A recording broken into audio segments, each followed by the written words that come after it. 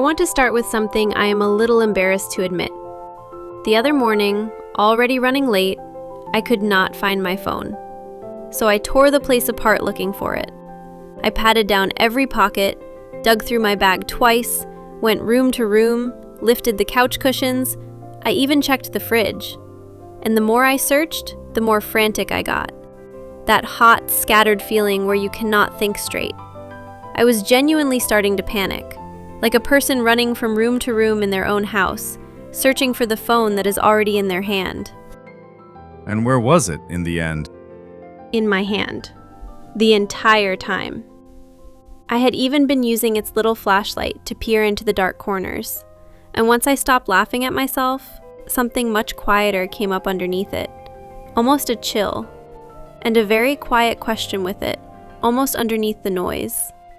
What if the thing I keep running out to find has been here the whole time? In the one who keeps doing the searching. Hold on to that question, because it is the doorway into everything we are going to sit with today. Most of us spend our lives pointing outward. Outward for answers. Outward for safety. Outward for the proof that we are okay. And today's teaching does something almost shocking in its directness. It turns the hand around. It asks, the Tao you have been seeking everywhere, what if it was never out there to be found? That turning around feeling, that is exactly what I felt that morning. Then let us begin. Fellow practitioners, welcome. I am Leo. And I am Amy. Welcome to Compassionate Words from the Buddhas. Today's teaching comes from Zhongli Quan, one of China's legendary Eight Immortals, honored in the Tao tradition as Master Zhengyang. And his life story is the teaching in miniature. He was not born an immortal. He was a general, a man of rank and ambition, who lived an entire imagined lifetime inside a single dream, rising to power, gaining everything, losing it all, and woke to find that no time had passed at all. That awakening turned him from a man chasing the world into someone who had seen through it. So when a teaching on the benefit of seeking the Tao comes signed with his name, understand who is speaking. Someone who dreamed the big dream, woke up, and turned back to help the rest of us wake too. Before Amy reads the full teaching, I want to name its structure. In this tradition, certain altar texts are written as a crown acrostic. The architecture of the verse carries the thesis. In the original Chinese, the first character of each of the 4 lines, read top to bottom, spells the title itself. Seek, the way, the good that follows. The benefit of receiving the Tao. The teacher hid the answer to the question in the very first stroke of every line. The English cannot reproduce that letter for letter, but holding the Chinese frame is half the medicine. Before Leo takes us line by line, let me read the 4 together so we receive the whole teaching in one breath. Seeking and finding the truth, the clear road opens before you, and you receive the pointing of an enlightened teacher. Where is the Tao? It is within your very self. Outside the body, there is no Tao to point toward. The benefit of it is this: good and ill grow clear, and discerning what is true from what is false, you rise above the common grain. Move through the world with nothing strange or special, simply honest, simply plain. For the true person within you moves through this life clear and unclouded. 4 lines, and every one of them is turning your gaze in the same direction, back toward yourself. Let us walk through them slowly. Seeking and finding the truth, the clear road opens before you, and you receive the pointing of an enlightened teacher. Notice what this first line does not say. It does not say the truth is handed to you like a package, a new possession you did not have before. It says a road becomes clear. The road was always there. What changes is that you can finally see it. And then comes the phrase the whole tradition turns on, receiving the pointing of an enlightened teacher. In this path, there is a sacred moment when a true teacher points you back toward what is already alive inside you. I am not going to describe the details of that moment because they are not mine to give away, but I can tell you what it is not. It is not the teacher installing something foreign in you. It is the teacher turning your face toward a light that was burning before you were born.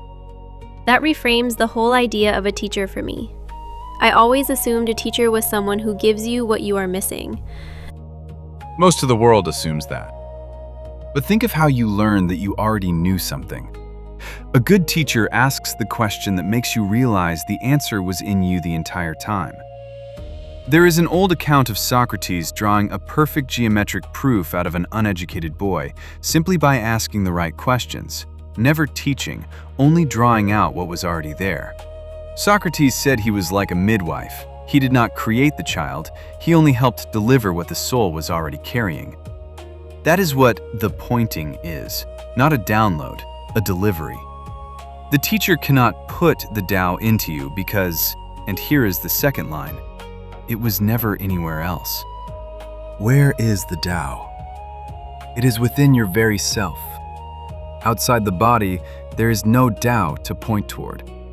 This is the heart of the entire teaching, and the most counterintuitive line in it. We are so trained to look outward that this lands almost like a contradiction. Surely the truth is bigger than me.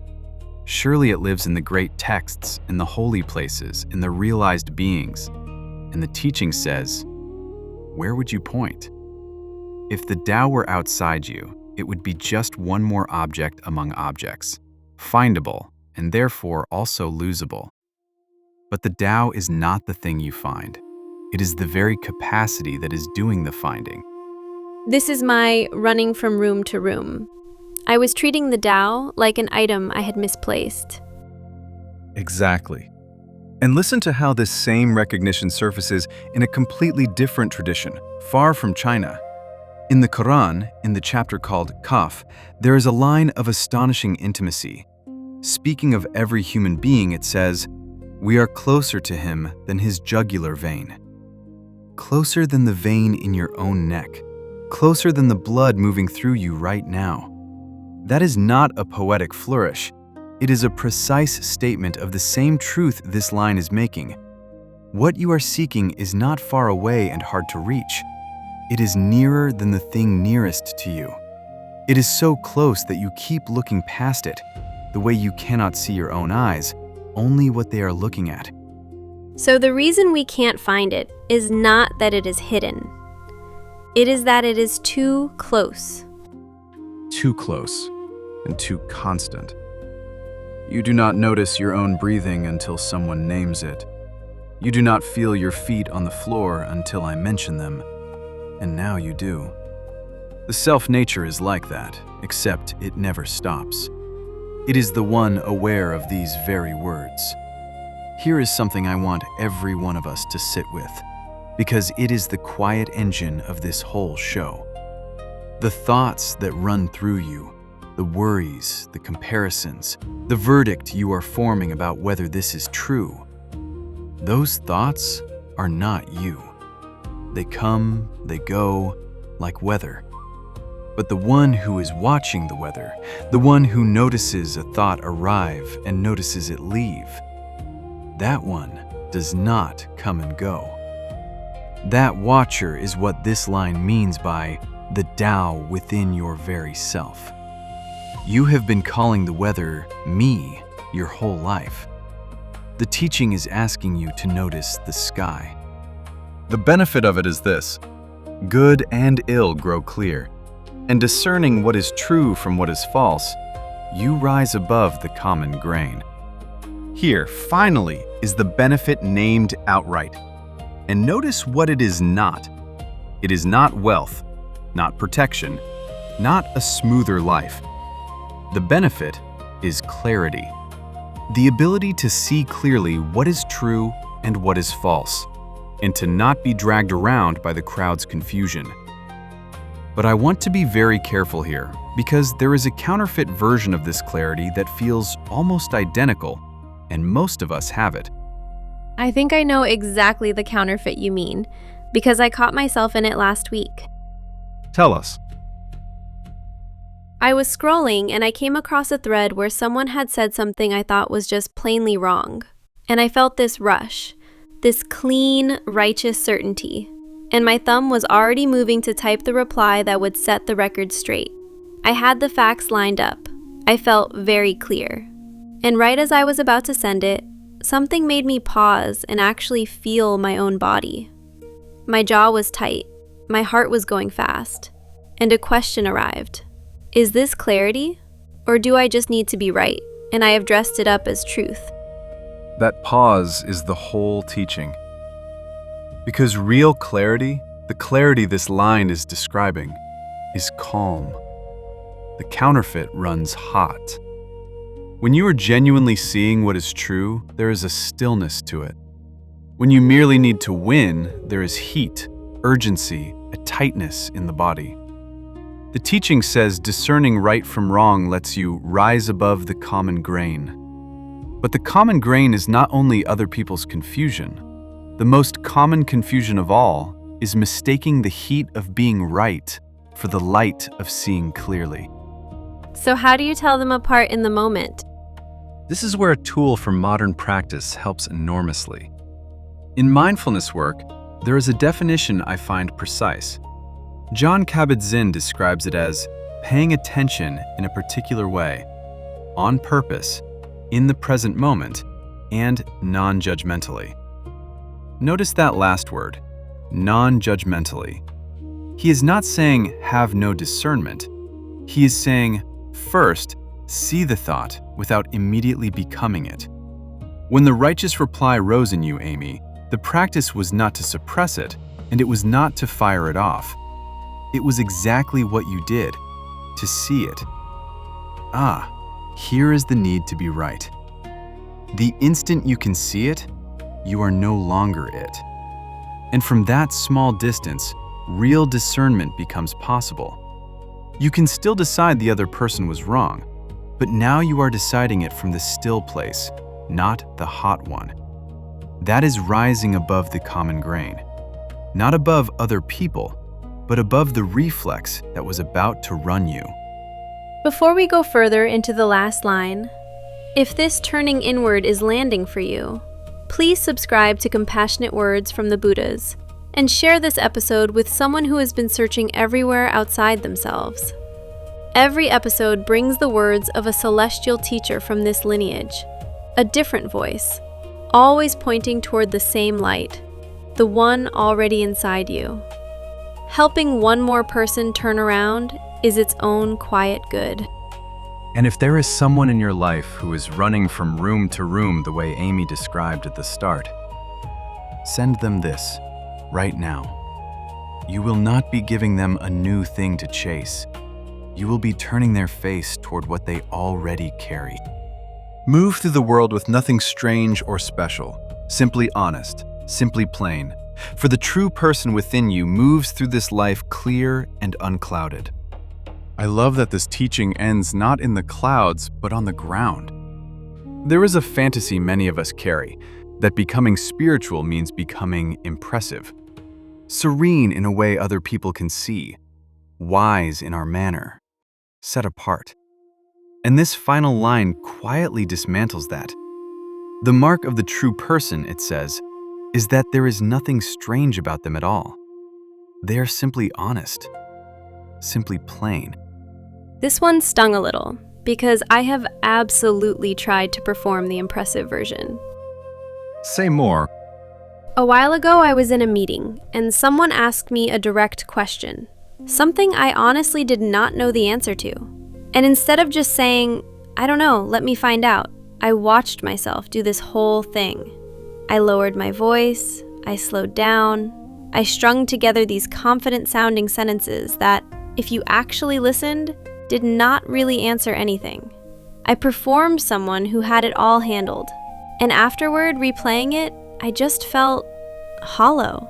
I had been so busy looking like the person with the answer that I never let myself simply be the person who didn't have it yet. And what was underneath the performance? Just an ordinary person who didn't have all the answers, and who didn't actually need to pretend she did, which, it turns out, is much more honest and so much lighter than holding up the version of me who always knows.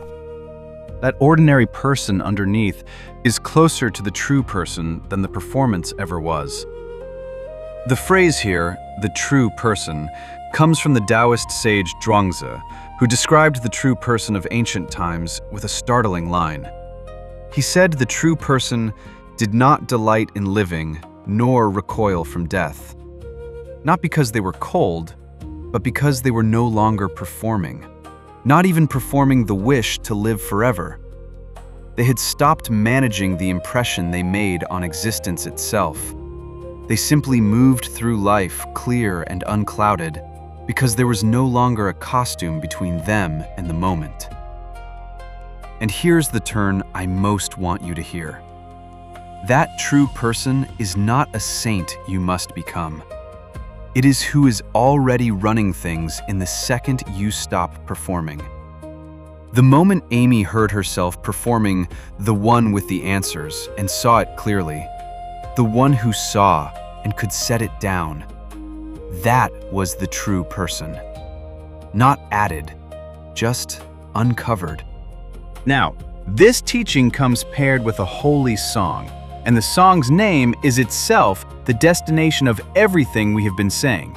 It is called Lighting the Lamp. It has two parts, and where the verse spoke, the song sings. And sometimes the heart opens to, in music, what the mind was still holding at arm's length. The first part opens with a line that hands you back your own authority. Your destiny is yours to choose. Hold to conviction and press bravely forward. Not your circumstances, those you do not always choose, but the response, the heart you bring, the direction you face, that is yours. And the song immediately deepens it. Birth after birth, death after death. Where do we go? In a single instant, you wake from the Golden-Millet dream. That is Zhongli Quan's own story, folded right into the song. The dream of a whole lifetime, woken from in an instant. It is. And the Golden-Millet dream is worth holding for a moment, because the image is exact. The legend tells of a young man who, waiting for a pot of millet to cook, falls asleep and dreams an entire life, decades of triumph and ruin, and wakes to find the millet not yet finished cooking. A whole life gone before a simple meal was ready. The song is not being morbid. It is asking the most useful question available to a human being. How much of what I am chasing is millet dream? How much of my urgency is about things that will not survive the waking? I had a small version of this recently, not dramatic at all. I sat down to dinner after a long day, and somewhere in the middle of the meal, I sort of woke up. I looked down and my plate was empty, and I realized I had no memory of actually eating any of it. None. I had lifted the fork, chewed, swallowed, set it down again, and I had not been present for a single bite of it. And it gave me this strange chill, because a quiet voice said, "How many of my evenings have just dissolved like that? Am I sleepwalking through the one life I get, measuring it out in deadlines and weekends, waiting for it to start?" And that seeing, that is the instant of waking the song is pointing to. It does not require a deathbed or a catastrophe. It can happen at the dinner table, with a fork in your hand.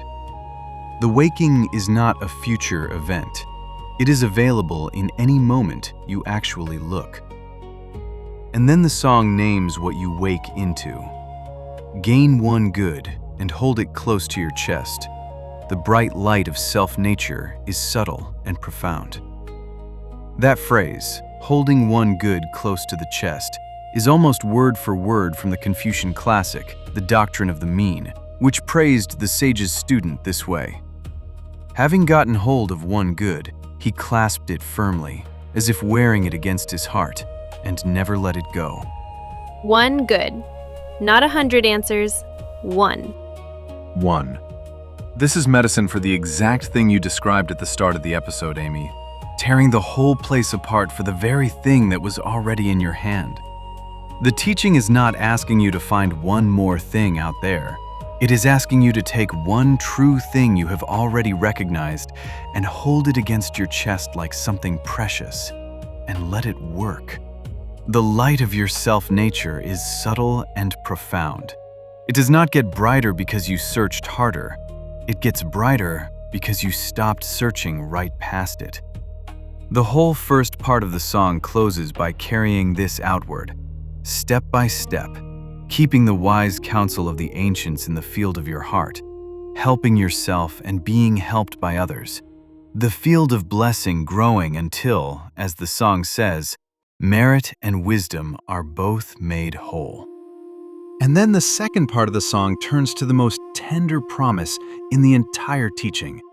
Listen. You have the Buddha beside you, left and right. The Buddha helps you ferry others, boarding the cloud boat. The Buddha beside you, left and right. For someone who has felt alone on this, that line does something to the chest. It is meant to. And I want to open it to its full depth because it is doing two things at once, and you must not lose either one. On the surface, it is a promise of companionship, that the celestial teachers of this lineage truly accompany those who walk this road. You are not doing this unwatched and unhelped. That reading is real, and it is a comfort. But there is a second reading, and it is the one this whole show exists to point at. The Buddha beside you, left and right, is also the one inside you who has never once left. The awareness that was with you in your worst night and your best morning, that watched you struggle and never abandoned you. That is the Buddha at your side. The protector is not only above you, the protector is the one looking out through your eyes right now. I want to tell you about a night, because this is exactly it. A while back, I had a genuinely hard day. The kind where by 3 a.m. I was wide awake and felt completely, totally alone. No one to call. And I was lying there in the dark, and instead of reaching for my phone, I just stopped. And I noticed something. There was a part of me that had been quietly aware through the entire terrible day. It had watched me get the bad news, watched me hold it together, watched me fall apart later. It had never flinched, and it had never left. And I realized, I am not actually alone. The one I have been looking for company from has been keeping me company the whole time. That is the line. Lived. You have the Buddha beside you, left and right. You found, at 3 a.m., that you were never one person alone in the dark. There was the one suffering, and the one quietly holding the one who suffered. And the song tells you what to do with that recognition. It does not say keep it for comfort. It says, let your life be lit, shining 1,000 miles. Once the lamp is found, it is meant to give light. And here Christianity says something strikingly close. In the opening of John's Gospel, the writer has just spoken of John the Baptist, and he is careful to say the Baptist was not the light. He only came to testify to it. The real light, he insists, is something else. The true light, which gives light to everyone, was coming into the world. In John's own frame, that is the Word arriving into the world from beyond it. The true light, as against every borrowed or lesser one, and given not to a chosen few, but to everyone. Now set that beside our teaching. What the gospel receives as a light coming into the world, this song says, has also never once left the inside of it. Read from either direction, the claim is the same. This light is not one you become, or earn, or manufacture, and it belongs to no special few. It gives light to everyone. It is already alive in everyone who is born. The only instruction is, stop hiding it. Let it shine. The lamp was never the problem. The basket we keep putting over it is. and then the song carries that light all the way out. The Buddha's care for you never ends. The Buddha helps you break free from the abyss of suffering. Let the Buddha take your hand, safely reaching the far shore. And it ends, the whole song ends, on its own title. With a heart of compassion and vow, the bright lamp is lit. That is the final secret of the whole teaching, hidden in the last line.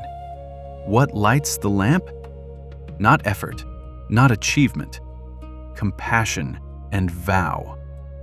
The flame that lights your inner lamp is the willingness to be of use to someone else. The moment you turn, even slightly, toward another person's suffering, that is the match. The self-nature you spent the whole episode trying to find for yourself becomes fully lit only when it stops being only for yourself. You light your own lamp by being willing to help light someone else's.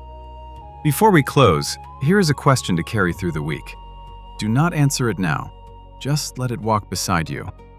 The next time you catch yourself reaching outward for an answer, for reassurance, for the next thing that will finally fix it, can you pause and ask, who is doing the reaching? And is the one I am reaching for already here, doing the reaching? And here is your practice for this week. One time, just once, when you notice yourself running from room to room looking for the phone in your hand, stop. Put your attention not on what you are chasing, but on the one who is aware of the chasing. Stay there for 3 breaths. You do not have to feel anything dramatic. Just notice that the watcher is here and was here the whole time. Then leave a comment and tell us what you found in those 3 breaths. I am right there with you this week. 3 breaths, turning around to look at the one who was never actually lost. If today's teaching has touched something real, if the words of this celestial teacher have found you, please subscribe to Compassionate Words from the Buddhas and share this episode with someone who has been searching everywhere but in. Each episode is a different face of the same light, all of them pointing toward the one that is already yours. The lamp is already there. Let more people find it lit. Fellow practitioners, if there are any errors or shortcomings in our commentary today, we humbly ask the forgiveness of all celestial teachers and of all of you. Gratitude for the grace of heaven and virtue of teachers. The lamp was lit before you ever went looking. We will see you next time. Gratitude for the grace of heaven and virtue of teachers. See you next time.